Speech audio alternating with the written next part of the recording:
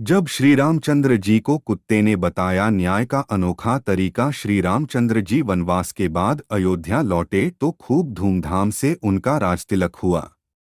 बड़े सम्मान के साथ उन्हें अयोध्या का राजा बनाया गया। राजगद्दी पर बैठने के बाद उन्होंने लक्ष्मण जी को आदेश दिया हुआ था कि भोजन करने से पहले देखो हमारे द्वार पर कोई भूखा तो नहीं है। एक दिन की बात है, लक्ष्मण जी ने श्री रामचंद्र जी से कहा, मैं अभी आवाज लगाकर आया हूँ, कोई भी भूखा नहीं है।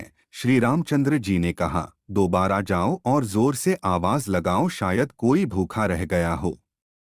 श्री रामचंद्र जी का आदेश पालन करते हुए लक्ष्मण जी दोबारा बाहर गए और उन्होंने जोर से आवाज लगाई तो कोई आदमी तो नहीं वरन एक कुत्ते को लक्ष्मण जी ने रोते हुए देखा।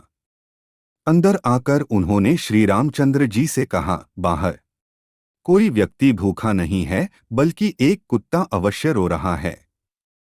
श्री रामचंद्र जी ने उस कुत्ते को अंदर बुलाया और कुत्ते से पूछा, तुम रो क्यों रहे हो? कुत्ते ने कहा, एक ब्राह्मण ने मुझे डंडा मारा है। श्री रामचंद्र जी ने ब्राह्मण को बुलवाया और उससे पूछा, क्या यह कुत्ता सही बोल रहा है? ब्राह्मण ने कहा, हाँ, यह मेरे रास्ते में सो रहा था, इसलिए मैंने इसे डंडा मारा है। डंडे से ही मारना चाहिए। श्री रामचंद्र जी समझ गए कि ब्राह्मण की ही गलती है, परंतु ब्राह्मण को क्या कहें, सो उन्होंने कुत्ते को पूछा, ब्राह्मण ने तुम्हें डंडा मारा तो तुम क्या चाहते हो? कुत्ते ने कहा, भगवान इसे मठाधीश बना दिया जाए। कुत्ते की बात सुनकर भगवान मुस्करा दिए और मुस्कराते हुए कुत्ते से पूछा, इस ब्राह्मण ने तुम्हें डंडा मारा, बदले में तुम इन्हें मठाधीश बनाना चाहते हो। मठाधीश बनने से इनकी बहुत सेवा होगी, काफी चेले बन जाएंगे। इससे तुम्हारा क्या फायदा होगा? कुत्ता बोला, मैं भी मठाधीश था, मुझसे कुछ गलत काम हुआ, आज मैं कुत्ते की योनि में हूं और लोगों के डंडे खा रहा हूं। ये भी मठाधीश बनेगा, फिर कुत्ते की योनि में जाएगा, फिर लोगों के डंडे खाएगा, तो इसकी सजा पूरी हो जाएगी। मरते वक्त रावण ने लक्ष्मण को बताई थी ये बड़े काम की 3 बातें। कुछ नहीं कहा। लक्ष्मण जी वापस राम जी के पास लौटकर आए। तब भगवान ने कहा कि यदि किसी से ज्ञान प्राप्त करना हो तो उसके चरणों के पास खड़े होना चाहिए, न कि सिर की ओर। यह बात सुनकर लक्ष्मण जाकर इस रावण के पैरों की ओर खड़े हो गए। उस समय महापंडित रावण ने लक्ष्मण को 3 बातें बताई जो जीवन में सफलता की कुंजी है। एक, पहली बात जो रावण ने लक्ष्मण को भालू समझा, उन्होंने मेरी पूरी सेना को नष्ट कर दिया।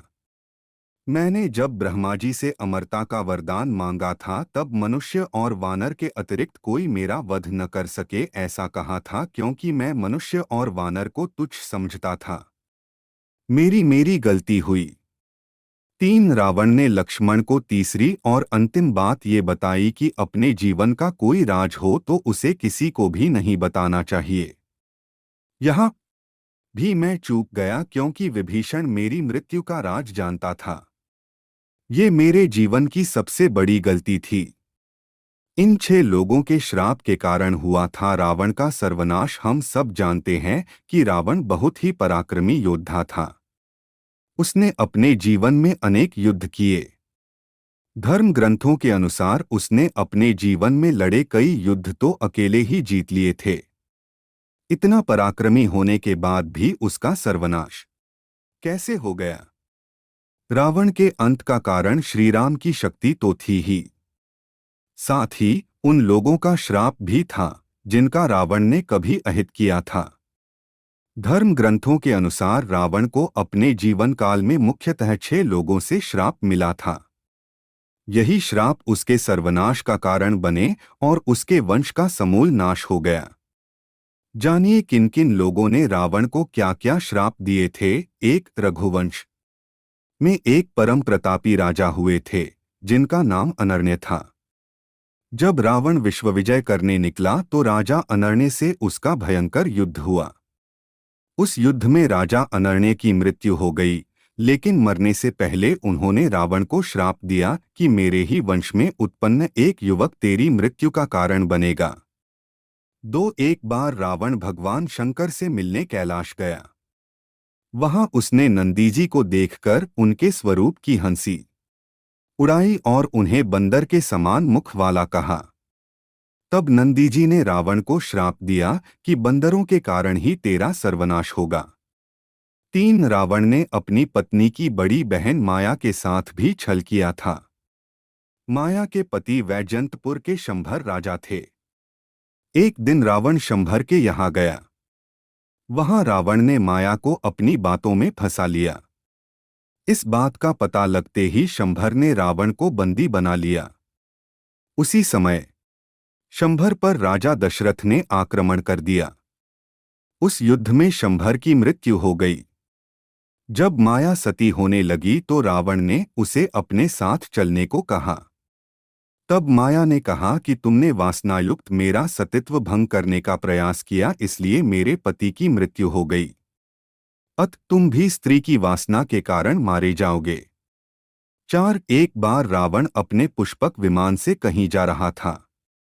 तभी उसे एक सुंदर स्त्री उसे पकड़ लिया।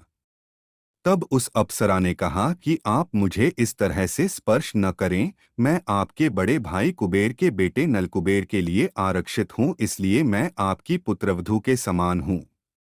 लेकिन रावण नहीं माना और उसने रंभा से दुराचार किया। यह बात जब नलकुबेर को पता चली तो उसने रावण को श्राप दिया कि आज के बाद रावण बिना किसी स्त्री की इच्छा के उसको स्पर्श करेगा तो रावण का मस्तक